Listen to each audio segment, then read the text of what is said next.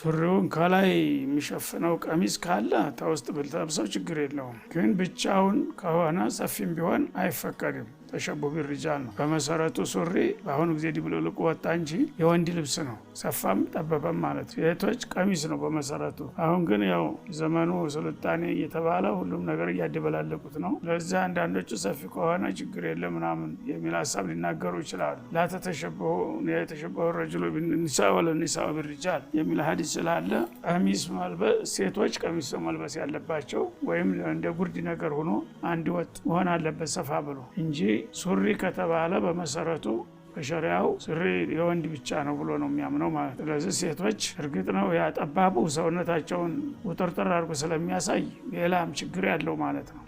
ሰፊም ከመሆኑ ጋራ ደግሞ በወንዶች አትመሳሰሉ ከሚለው ጋራ ስለሚጋጭ እሱም ቢሆን አይፈቀድም። ሌላ ልብስ ከላይ ተደረበችበት ግን ችግር የለውም፣ እሱም አይታይ ከሆነ ማለት ነው።